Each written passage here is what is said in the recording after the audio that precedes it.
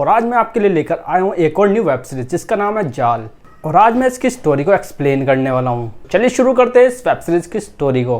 तो story start होती है एक बूढ़े अंकल से जिनके पैरों में प्रॉब्लम होती है, जिस वजह से वे ठीक से चल नहीं पाते और उनका नौकर उन्हें सहारा देकर उन्हें चेयर पे बिठाता है जिसका नाम चिंगा होता है। तभी छत से एक कांच की बोतल नीचे गिरकर फूट जाती है। तो अंकल चिंगा को बोलते हैं कि जाओ ऊपर जाकर देख कर आओ, हमारे घर का कौन सा चिराग सुबह सुबह नशा कर रहा है। छत पर अंकल का छोटा बेटा और उसकी भाभी बैठी होती है और वे दोनों बैठकर ट्रूथ और डेयर खेल रहे होते हैं। लेकिन ऐसा कुछ नहीं है, अभी कहानी में इंटरेस्ट आने वाला है दोस्तों। फिर वो बोतल स्पिन करता है और बोतल का मुंह उसकी भाभी के सामने आता है और वो उसे एक डेयर करने के लिए बोलता है। और देखते देखते इनका ये गेम कुछ और ही मोड़ ले लेता है। और कुछ देर बाद उनका नौकर उनके पास आता है और वो उनको बोलता है कि बाबूजी तुम दोनों को नीचे बुला रहे हैं, उन्हें स्कूल जाना है। फिर वो कहता है साले तुझे तमीज़ नहीं है, बता के नहीं आ सकता। वो उस पर गुस्सा हो रहा होता है और उसे भगा देता है वहाँ से। फिर उसकी भाभी उस पर गुस्सा हो जाती है और वो उसे सुनाना शुरू कर देती है। वो कहती है कि ये ड्रामा बंद करो, कब तक चलेगा ये तुम्हारा ड्रामा, मैं तुम्हारी वाइफ हूँ। और यहाँ से आता है स्टोरी में इंटरेस्ट, ये तो इसकी वाइफ है सालेगी। साला अपने मजे के लिए अपनी बीवी को अपनी भाभी बनाकर उसके साथ खपाखप कर रहा है और मुझे लगा ये सच में देवर भाभी है। नेक्स्ट सीन में ये दोनों मियाँ बीवी और उसका नौकर और उसकी बीवी अंकल को स्कूल ले जाते हैं और हमें यहाँ पता चलता है कि ये स्कूल इसका ही है। उसकी वाइफ अपने बाबूजी को कार से निकालकर उसे सहारा देती है और तभी वो बूढ़ा अपनी नौकरानी को भी आवाज़ देता है, रानी आओ जरा मुझे सहारा दो। और जैसे वो उसका सहारा लेता है अपनी नौकरानी का, वो उसे टच करना शुरू कर देता है और उसका नौकर खड़े खड़े देखता रहता है। उसे पता चल जाता है कि इसके इरादे कुछ ठीक नहीं है, लेकिन वो बेचारा क्या कर सकता है, वो उसका मालिक है, अगर वो कुछ कहेगा तो वो इन दोनों को नौकरी से निकाल सकता है। वो इस वजह से वो उसे कुछ नहीं बोलता। फिर वे दोनों उसे अंदर ले जाकर चेयर पर बिठा देते हैं।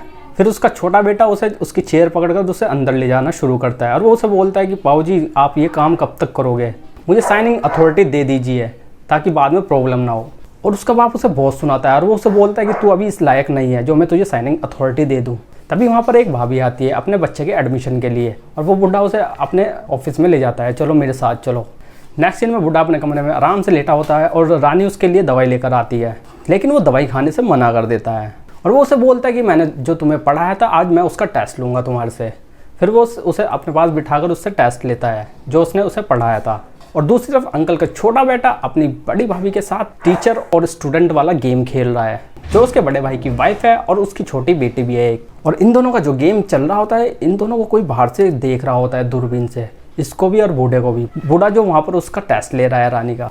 और रात को कोई आता है बूढ़े के कमरे में और बूढ़े को निमटाकर चला जाता है। सुबह जब रानी उसे उठाने जाती है तो उसे पता चलता है कि ये तो लुढ़क चुका है इस टाइम। फिर वो पूरे घर में रुक कतार देती है, सबको पता चल जाता है कि उसके पिता अब नहीं रहे। अगले सीन में उसके दोनों बेटे स्कूल में उसकी फ़ोटो लगाकर उसे श्रद्धांजलि दे रहे होते हैं और तभी वहाँ पर वही भाभी आती है जो अपने बेटे के एडमिशन के लिए इनके बाप के पास गई थी। और वो उनको बोलते कि मैंने सुना है कि तुम्हारी बहुत इज्जत है यहाँ पर, और क्या होगा जब तुम्हारी ये इज्जत खत्म हो जाएगी। तो उसका छोटा भाई बोलता है क्या मतलब, कहना क्या चाहती हो तुम। और वो उसको बताते हैं कि जिस हॉस्पिटल में तुम्हारे पिता का पोस्टमार्टम हो रहा है उस हॉस्पिटल की मैं नर्स हूँ और तुम्हारे पिता की पोस्टमार्टम रिपोर्ट में पता चला है कि तुम्हारे पिता सेक्सुअली एक्टिव थे। तो वो कहते हैं तो सेक्सुअली एक्टिव होना क्या कोई जुर्म है। कहती है नहीं। तो फिर वो भाभी बोलती है कि तुम्हारी माँ को मरे हुए तो 5 साल हो गए, तो उसने ये सब किया कैसे और किसके साथ। सवाल तो ये बनता है और ये खबर अगर बाहर चली गई मीडिया में तो तुम्हारी इज्जत का तो फलूदा बन जाएगा। और वो उन्हें बताते हैं कि तुम्हारे पिताजी ने मेरे साथ भी गंदी हरकत की थी जब मैं अपने बच्चे का एडमिशन कराने के लिए उनके ऑफिस गई थी। फिर उसका छोटा भाई बोलता है कि आखिर तुम्हें हमारे से चाहिए क्या। वो उसे बताती है कि मुझे अपने बच्चे का एडमिशन करवाओ और मुझे 5 लाख चाहिए। तो वो मान जाता है उसकी शर्त, क्योंकि उनके पास कोई ऑप्शन भी नहीं है अब। और कुछ देर बाद उसके छोटे भाई पर एक किडनैपर का कॉल आता है और वो उसे बताता है कि मैंने तुम्हारे बड़े भाई की बेटी को किडनैप कर लिया है और मुझे 50 लाख रुपए चाहिए। और वो उसे बताता है कि अगर तुमने पुलिस को कॉल करने की कोशिश की तो तुम्हारे भाई की बेटी को हम जान से मार देंगे। और फिर वे दोनों भागकर घर जाते हैं। फिर नौकर बड़े भाई को बोलता है कि भैया किडनैपर ने इसे ही क्यों कॉल किया, बेटी तो आपकी है। अगर किडनैपर आपकी बेटी को कॉल करेगा तो वो ये भी पता करेगा उसका बाप कौन है और उसका नंबर क्या है। और नौकर की ये बात सुनकर उसका दिमाग घूम जाता है। वो अपने भाई पर शक करता है और उस पर चिल्लाना शुरू कर देता है और वो उससे पूछता है कि बता मेरी बेटी कहाँ है, तूने ही किडनैप किया है मेरी बेटी ज़रूर। वो कहता है भाई मैं क्यों करता। वो कहता है कि मैं पुलिस को कॉल कर रहा हूँ, या तो मुझे सच सच बता दे मेरी बेटी कहाँ है। वो कहता है पुलिस को कॉल मत करना वरना किडनैपर मेरी बेटी को मार देंगे। उसका छोटा भाई ये बोलता है और ये बात सुनकर वहाँ खड़े सब चौंक जाते हैं। और फिर उसकी वाइफ बोलती है क्या कहा तुमने, मेरी बेटी। वो कहता है मैंने ऐसा कुछ नहीं कहा, मेरे मुँह से निकल गया था।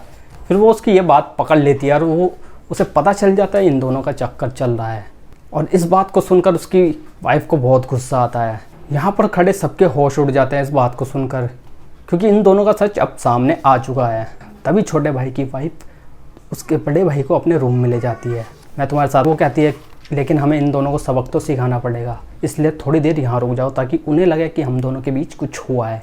लेकिन वे कुछ नहीं करते और थोड़ी देर बाद वे दोनों रूम से बाहर निकल जाते हैं और वो एक दूसरे का मुंह देखते हैं। और यहाँ से होता है दोस्तों इस फर्स्ट पार्ट का एंड। तो उम्मीद करता हूँ ये छोटी सी वीडियो आपको पसंद आएगी। दोस्तों पसंद आए तो वीडियो को लाइक शेयर जरूर कर देना। चैनल पर नए तो चैनल को सब्सक्राइब करके नोटिफिकेशन बेल को ऑल पर जरूर कर देना ताकि आपको हमारी आने वाली नई वीडियो सबसे पहले मिले। तो चलिए चलते हैं, आज के लिए इतना ही दोस्तों, मिलते हैं नेक्स्ट वीडियो में। तब तक के लिए टाटा बाय बाय, जय हिंद दोस्तों, अपना ख्याल रखना।